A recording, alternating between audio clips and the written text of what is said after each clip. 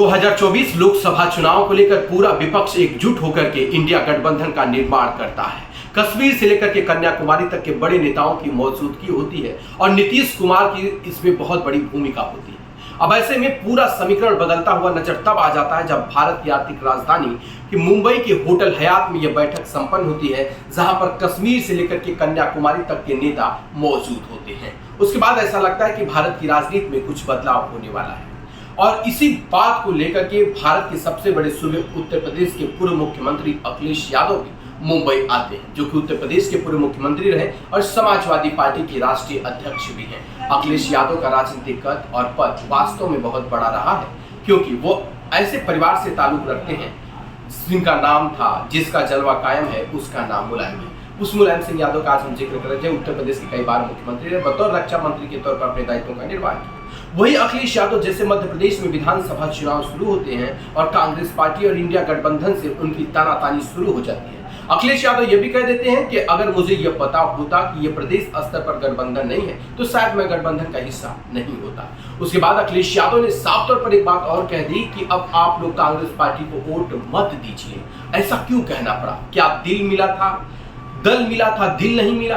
अब सवाल ये खड़ा होता है, जो इंडिया गठबंधन 2024 में सत्ता परिवर्तन की बात कर रही थी और राहुल गांधी जिस तरह से भारत जोड़ो यात्रा निकालकर अपनी एक अलग छवि बनाने की कोशिश कर रहे थे और नीतीश कुमार पूरे विपक्ष को एकजुट करके अपने एक अलग भूमिका निभा रहे थे, वो नीतीश कुमार भी इन दोनों एक बयान दे दिए। उन्होंने कहा है कि कांग्रेस पार्टी के पास अब वक्त नहीं है हमारे लिए।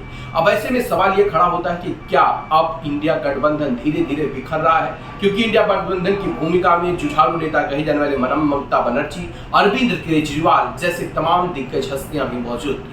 लेकिन अब धीरे धीरे देखा जाए तो सियासी समीकरण बदलता नजर आ रहा है, क्योंकि एक तरफ देखा जाए अरविंद केजरीवाल और कांग्रेस पार्टी पंजाब में आमने सामने लड़ाई में होती है, दूसरी तरफ दिल्ली में भी देखा जाए वही स्थिति, तीसरी तरफ बंगाल में देखा जाए तो ममता बनर्जी के सामने कांग्रेस पार्टी एक तरह से रोड़ा बन जाती है और ममता बनर्जी के ऊपर तंज कसना शुरू कर देती है। कांग्रेस के नेताओं ने यहाँ तक बयान दे दिया कि हमारे कार्यकर्ताओं के साथ दुर्व्यवहार हो रहा है, लेकिन फिर भी कांग्रेस पार्टी उनसे अपना गठबंधन बनाए रखी है। अभी तक कांग्रेस पार्टी के नेताओं ने वहां के लोकल चुनाव में भी कई बात बंगाल में कही है, लेकिन शीर्ष नेतृत्व को शायद इस बात से कोई फर्क नहीं पड़ता, क्योंकि उनका जो गठबंधन है वो अभी कितना मजबूत है वो तो आने वाला 2024 का लोकसभा चुनाव बताएगा।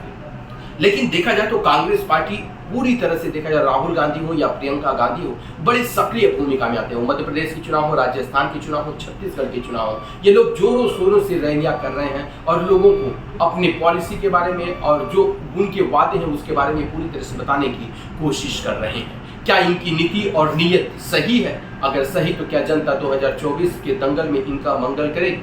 फिर जिस तरह से भारतीय जनता पार्टी अपना नैरेटिव सेट करने में लगी है, जहां भारत के सबसे बड़े सूबे उत्तर प्रदेश के वर्तमान मुख्यमंत्री योगी आदित्यनाथ ये दावा कर रहे हैं कि 80 की 80 लोकसभा सीटें हम जीतेंगे, क्योंकि दिल्ली का रास्ता उत्तर प्रदेश से ही होकर के जाता है और हिंदी बेल्ट वाला क्षेत्र दिल्ली की कुर्सी के लिए बहुत ही निर्णायक भूमिका निभाता है। चाहे वो उत्तर प्रदेश हो, चाहे वो बिहार हो, मध्य प्रदेश हो, महाराष्ट्र हो, ऐसे कई राज्य हैं जो कि बड़ी भूमिका में आते हैं, लेकिन उत्तर प्रदेश की बहुत बड़ी भूमिका होती है, उसमें सबसे ज्यादा लोकसभा सीटें हैं। अब प्रधानमंत्री नरेंद्र मोदी के लिए 2024 का लोकसभा चुनाव कितना आसान और कितना कठिन। अब आपके सांसद आपके घर पर आएंगे वोट मांगने के लिए। अब आपको यह देखना होगा कि आपके सांसद ने आपके क्षेत्र में कितना काम किया, कितना विकास किया है। काम के नाम पर वोट या चेहरे के नाम पर वोट। अब यह बात 2024 में तय होगी कि क्या महंगाई वास्तव में बढ़ी है या महंगाई के साथ कमाई भी बढ़ी है। कई विपक्षी दल ये सवाल खड़ा कर रहे हैं कि वर्तमान की सरकार में महंगाई बहुत तेजी से बढ़ रही है, आम जनता काफी परेशान है। वहीं पर भारतीय जनता पार्टी और केंद्र की सरकार अपनी नीतियों को बताने की कोशिश कर रही है, अपनी योजनाओं से कितना लोगों को लाभ पहुंचा रही है, इसके बारे में बड़े शानदार तरीके से बताने की कोशिश कर रही है। अब 2024 का जो लोकसभा चुनाव होगा, यहाँ कहा जाता है इंडिया बनाम इंडिया गठबंधन बनाम भारतीय जनता पार्टी, लेकिन इंडिया गठबंधन में जिस तरह से बिखराव देखने को मिल रहे हैं, क्योंकि अभी तक इंडिया गठबंधन का प्रधानमंत्री पद का कोई दावेदार फिक्स नहीं था। जब मुंबई के होटल हयात में बैठक हो रही थी, उस दौरान समर्थकों ने नीतीश कुमार का भी पोस्टर लगाया था प्रधानमंत्री दावेदार के लिए। कहीं अरविंद केजरीवाल के पोस्टर लगे तो कहीं राहुल गांधी के भी पोस्टर लगे हुए थे, नीतीश कुमार के भी पोस्टर लगे हुए थे, ममता बनर्जी के भी पोस्टर लगे हुए थे। लेकिन क्या पद की लड़ाई चल रही है या प्रतिष्ठा की लड़ाई? अब ये गठबंधन किस लिए, जनता के हित के लिए या व्यक्तिगत स्वार्थ के लिए है?